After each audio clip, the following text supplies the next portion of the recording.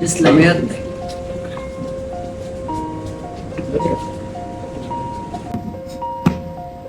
ألف أنا يا شيخ. اتفضل. لا بدي اشرب. طب بص يا شيخ ولاد، أنا ما اتغديتش من صباحية ربنا. ايه رايك ننزل انا وانت ونتغدى؟ نتغدى؟ والله انا مكسوف منك. هاكلك بقى الاكله المصريه اللي معروفه في كلها. هاكلك حاجه اسمها فسيخ. لا فسيخ، لا فسيخ. انا بدي الاكله المصريه بسموها كشري. كشري؟ ده انا هاكلك احلى طبق كشري يا شيخ ولاد.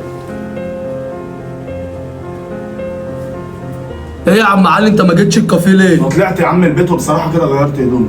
عاوز اقول لك على حاجه كمان، مش جاي مني اقعد مع الراجل ده علشان خيرا تعمل شرا تلقى. أنا مع الشيخ ولاد في الكافيه. شيخ ولان، هو انت يا ابني لسه مع الراجل ده؟ انا قلت ان هو غار في مصيبه يا عم، ولا مشي ولا راح في داهيه. المهم إحنا جايين دلوقتي عندك، روق بس كده الشقة عشان هنيجي ونتغدى سوا.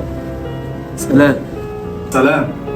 واحنا عارفين نغدي نفسنا لما جاب لنا واحد تالت نغديه معانا؟ يا ابني ده احنا شقيانين وطالع عين ابونا عشان نسدد اللي علينا. يا اخي حسبي الله ونعم الوكيل فيك. واحنا بقى دلوقتي هنروح البيت عندي عشان تاخد وجبه وهاكلك احلى كشري. اخلي علي صاحبي ينزل يجيب لنا ايه كام علبه كشري كده عشان نتغدى سوا، ويبقى عيش وملح يا شيخ. يلا بينا. اتفضل البيت بيتك. اتفضل. السلام عليكم. اتفضل يا شيخ. اتفضل.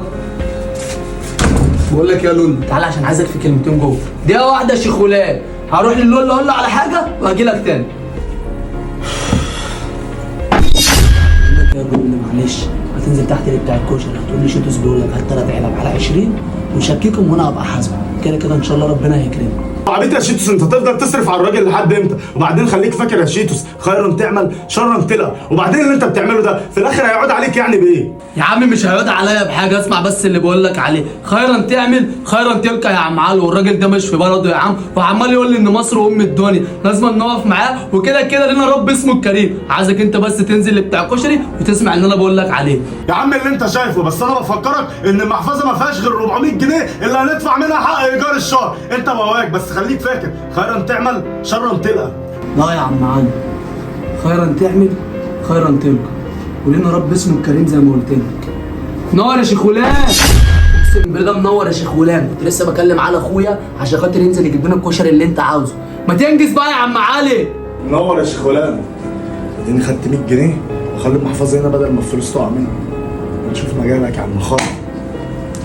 والنبي يا عم علي خليه يكتر التقليه. والله العظيم انا ولا طايقك ولا. منور يا شيخ. حاضر.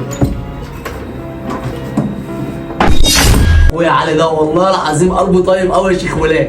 المهم دلوقتي عشان اعرفك ان المصريين جدعان،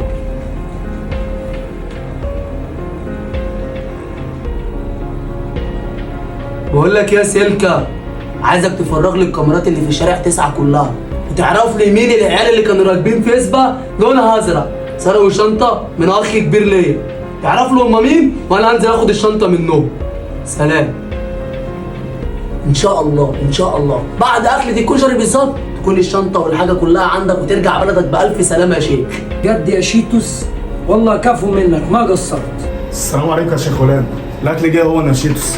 والله يا شيخنا اتفضل كله.